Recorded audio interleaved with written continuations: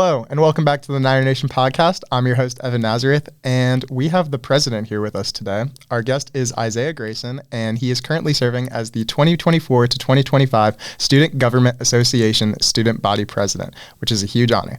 Isaiah is a public administration graduate student, has served in many positions within SGA and on campus, and is a very active brother of the Pi Kappa Alpha fraternity. So before we get started, how are you feeling about the semester? I feel pretty good. It's just started, so classes are kind of tough, but we're here. How about you? How's the semester going? It's a very busy time. We're just working on some stuff for junior design, so we're finishing up some parts for our robot, and making sure that stuff goes along. So you've just transitioned into kind of working on your master's stuff in your graduate program. Right. So how is the transition from your bachelor's? Way harder.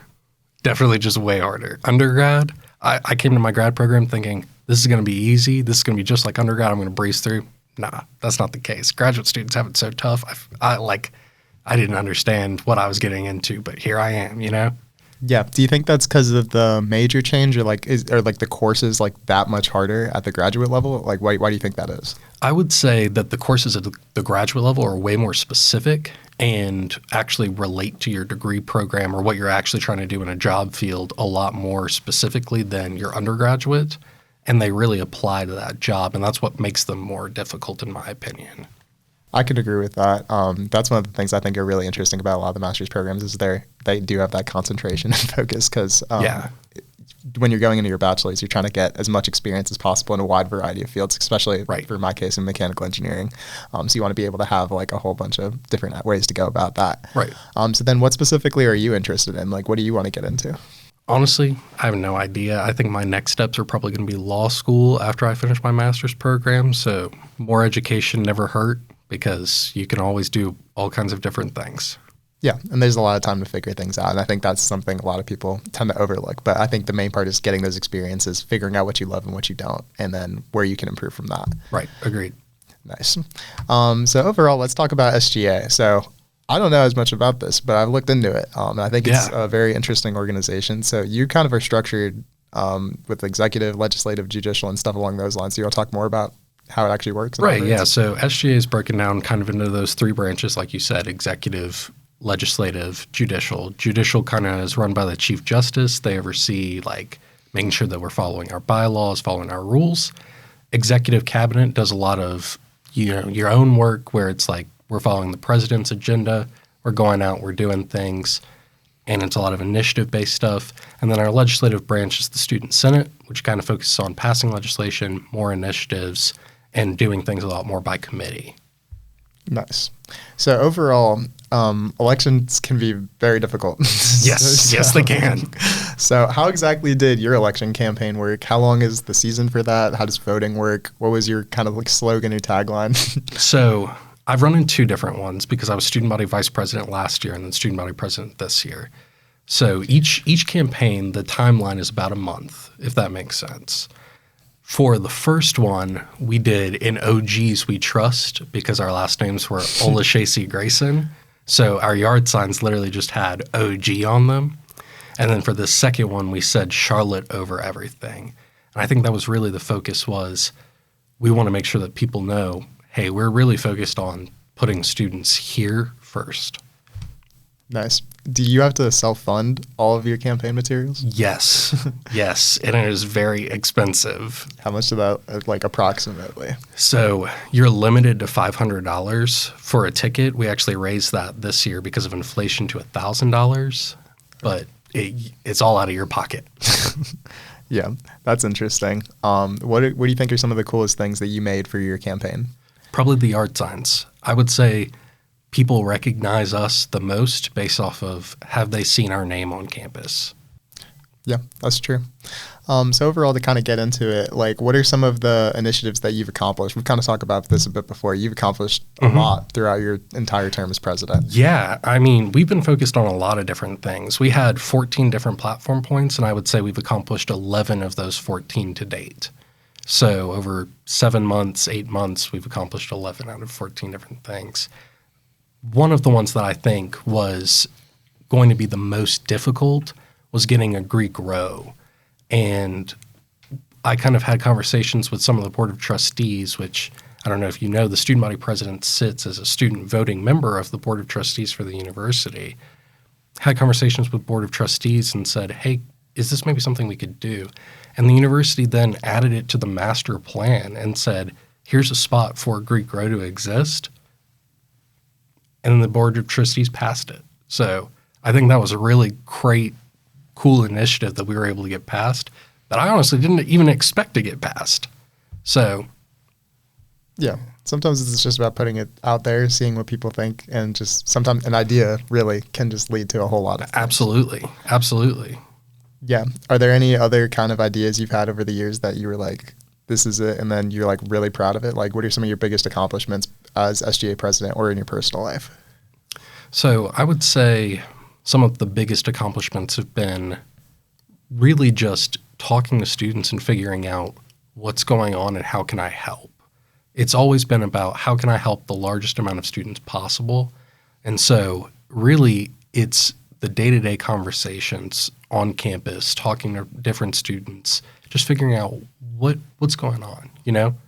And I think that Greek Row is a big one for me personally because I am, as you said, in a Greek chapter, but a lot of students that doesn't resonate with, right? So it's maybe the parking conversations and allowing students to come in and creating a parking committee in SGA where students can come in and say, here's what I think about parking. What can we do about it? Yeah, I think you hit on a key point, which is you have to try and satisfy as many people as possible. 31,000. Yeah, 31,000. That is not a light number. Not at all. You have a ton of people and needs that you have to look into and satisfy. And I kind of relate to you on that stuff because I've run some pretty large organizations as well myself, to the point where you're like, what do I have the time for? Because as we go in through leadership positions, you have a year, right? So you have to be able to make that timeline, figure out exactly what you want to do, who you're going to work with, and also keep in mind all the other voices along the way. Right. So exactly. So how do you think you've kind of gone along to manage that and kind of prioritize those things that you get? I think it was look at what are the low-hanging fruit, what's going to be the easiest to accomplish, and then what's going to be the most difficult to accomplish and prioritize based off of that. So the easier platform points, let's have those conversations. The harder platform points, let's maybe have those conversations early so that we can get them done, but know that the easier ones are probably going to be done first. Nice. Overall, SGA, as we kind of talked about, is pretty time consuming for you. But absolutely. yeah, as I assume so. You get to do some pretty cool things. Definitely. So what do you like to do like outside of that whenever you get a free moment to be able to like calm down or relax? Really, I like to hang out with my chapter, my fraternity chapter, go to their events that they're hosting and just be around the guys. I think that a lot of people miss out on the opportunity to be Greek because they have a fear or a stigmatism around what it is. But in my opinion, it really has added so much value to my life. Like all of the connections and all of the alumni and all of the potential job opportunities just from knowing some of these guys has been great for me personally. And I think that that's really something that I'd like to continue to look into and continue to be involved with. Yeah, I think a lot of students kind of need to engage more in general with like student orgs or fraternities, yes. or really just anything Yes. and anything, because we have a ton of different opportunities on campus. Over 400 registered organizations. Yeah, and being able to just participate in some of those, like even if it's like for friendships, like, you know, like all of them. Absolutely. Like almost any of those events you go to, you can get a connection out of. Like we met at a training event. Yes, and we that did. was like over the summer. And like, yes, we did. Yeah, so that's one example of that, which was like a leadership development conference. So kind of Right. one of my other questions for you is like, what has been one of the most impactful leadership experiences that you've had, whether it's through SGA or otherwise? I would say definitely the most impactful would be through my fraternity. It's called Pike U. And I've gone to 5 of those different conferences. I'm now certified in leadership through those conferences. And you know, each one provides different insight into not only how to be a fraternity man, but just leadership in general. And I think that it's really a value add. Nice. And then one of the other things I was curious about is, so you're the SGA president. Yes. But does that mean you get to work with the other ones of other universities, such as State or Duke or other universities around North Carolina? So yes, the ones that are part of the UNC system, so the UNC's public schools, so Chapel Hill, NC State, Appalachian State, Western Carolina, etc., all of those different campuses, we meet on a monthly basis at what's called UNC ASG. Cool. So what are the kind of main outcomes of those conversations between the different universities? I would say that a lot of the conversations revolve around what are we doing on our campus, what are they doing on their campus, maybe how can we apply what they're doing on their campus that's been effective to our campus, because we all face similar issues. We're all part of the same system. We all have the same policies from the Board of Governors. So it's really applying what we can and taking away what we can from conversations with other presidents and other delegations at UNCAHG to say, here's what we can do to maybe solve an issue that we didn't previously see, but it actually does exist. Nice. Are there any cool initiatives that you appreciate that other colleges have been able to undertake? I think a lot of the other campuses have been able to focus on SNAP awareness a lot more than we have probably been able to focus on it. And a lot of other campuses have focused on food insecurity in ways that we maybe haven't focused on as much. And I think that that's something that definitely could be pulled here and definitely should be pulled here. Yeah, I think those are all very important issues. And that kind of ties into something else I was curious about, which is what exactly is your leadership philosophy in terms of what you want to carry out and like what issues specifically are you really passionate about to be able to make a change here? For sure. I would say that my leadership philosophy is how can I help the most amount of people? And that comes from people telling me and working as a team. So it's not just I tell you what to do and you go and do it. It's what are your goals? Here are my goals. Now let's work together to solve all of our goals. And then in terms of, what was your second question? So it was, what issues are you passionate about? So in terms of issues that I'm passionate about, a lot of the focus again for me was Greek focused. So Greek Row and housing. And I think that housing is a particular subject that probably a lot of people are interested in because housing, arguably in a lot of students' opinion, is always bad. So I think it's definitely something we can discuss if you're interested in that. Yeah, there's definitely a lot of different issues and things people can ask about, but I think the most important part is that those concerns are voiced and that the student government at least hears it and is trying to at least administrate and help it in some ways. Right. And that kind of comes down to some other things. So what events do you have that you kind of lead on campus, either to hear from people or just in general that you kind of have to go to? Because I assume you have to go to a ton of events as president to represent the college. Right. So follow-up question to that, is that events that I specifically go to that SGA hosts? Either or. Either or. Okay. So in terms of events that SGA hosts, it really varies. A lot of the executive cabinet has been assigned specific events that they do on a yearly basis. So one part of our platform for me and my vice president was we want to establish traditions at the university. So maybe we try and do an event during homecoming. So we had our Greek life liaison focus on, let's do like a homecoming cup, for example. So we hosted an event like that. Every semester, our sustainability liaison works with the Office of Sustainability to do a sustainability summit. And we try and get as many students to come to those summits as possible to help keep our campus sustainable.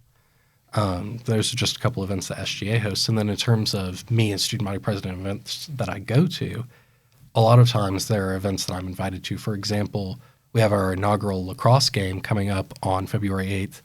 Pop out. It's going to be awesome at 12:30 on February 8th. And I was invited to come sit in the box at the field to watch the game, which I think is a really cool opportunity.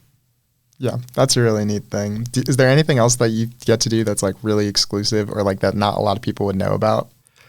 Probably the opportunity to sit on the board of trustees itself. So a lot of people don't really know that, but it really is something. It's something that I'm pretty sure is given by North Carolina statute, that the student body president of each university in the university system sits on the board of trustees. So that's North Carolina law. And each student body president gets that opportunity, and a lot of students don't really know that, but that vote and that voice, I think, does really matter. And the trustees, they do value the opinion of the students, and I think that's something that students should know about. That's good to hear. Yeah. I'm happy to hear that our voices are kept in mind more often, actually, by the people. Overall, what do you think is your favorite memory throughout your time at the university? Definitely when I looked at the master development plan and saw Greek Row in the plan as they were presenting it to the Board of Trustees at a Board of Trustees meeting, because I didn't know it was in the plan prior to that. The chairman of the Board of Trustees listened to what I said, talked to the chancellor talked to the committee put it in the plan, and the plan was presented to the Board of Trustees. And then I look at that and I say, time out, go back to that slide. What is that in that top corner? And he said, oh, that's long-term potential Greek housing. And I said, let's go. So I think that was definitely my proudest moment. Nice. In general, is there any other like really cool or fun events that you've got to do that like really stuck out to you, like such as going to football games or anything else that you've got to attend? I would say the tailgates are always fun at the 49th acre. That's definitely a spot to go. Yep. Yeah, that makes sense. There's definitely some fun aspects of the sporting events that come out of it, at the least. Yeah. So yeah, are there any other really fun events that you think you've been able to kind of go and check out? So one of the things that I got to do my freshman year was Wreckfest, and one of the things that I really thought was fun there was they had a mechanical bull that year. What? Yeah, they had a mechanical bull, and I haven't seen it since. And my voice to you right now is I would like another mechanical bull. You would like another mechanical bull? Noted. I'll talk to UREC. I have to do a meeting with UREC anyways. It's one of the few platform points we have remaining, but mechanical bull, it's on my list. Got you. I think Wreckfest is a good one. I always like Gold Rush in general because that entire week is just, here's campus, let's get a bunch of free t-shirts, let's go have fun. Just the opportunity to meet with students, man. That's where it's at. Nice. Is there any like leaders as student leaders or like in the community that like you look up to who have done like really cool and impactful work for the city of Charlotte? For the city of Charlotte, I would say probably the Board of Trustees members, honestly. All of them are really involved in the city and especially in the campus and in ways that I think that students probably don't see and don't realize. But like, for example, Dante Wilson, the vice chair at the Board of Trustees, I mean, he's donated a ton of money to the campus. He's involved with the campaign that the university is doing right now for the love of Charlotte. If you can donate, you should donate. Help the university. But for the love of Charlotte, he's one of the co-chairs on that, and he's helping make sure that the university continues to fundraise money and take care of the students that are here. I mean, we have Wilson Hall named after him, as you probably know. So I think that it's all of the members of the Board of Trustees truly that have been inspiration within the Charlotte community to me. Nice. Is there anything left that you really want to accomplish personally before you graduate or for the student government? I think what I would want to accomplish is really getting students to know about SGA and to care about SGA, because I think the assumption, and you can correct me if I'm wrong, or you're welcome to disagree with me. I think the assumption is that SGA doesn't do anything, and therefore we don't care about it. And so a lot of people either don't run or don't even vote.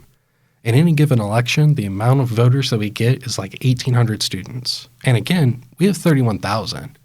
So my question, and I guess my challenge to you is, can we get more than 1,800 students to vote in an election? And can we get more people to run in the elections to where they're competitive and we can actually make impactful change on this campus? I think it can definitely increase. And I do get that assumption and hear it because it's just you're in a hard position where you're in the government. Obviously, everyone's looking at you and saying, what is this person doing for me? How are they helping me? Stuff like that. But I think definitely with outreach and other initiatives and some of the other things you guys do, like because you have social media accounts and other things. But definitely I would say the biggest thing is more outreach and more showing of like who you are as people and that you're actually doing stuff. Okay, so question on that then.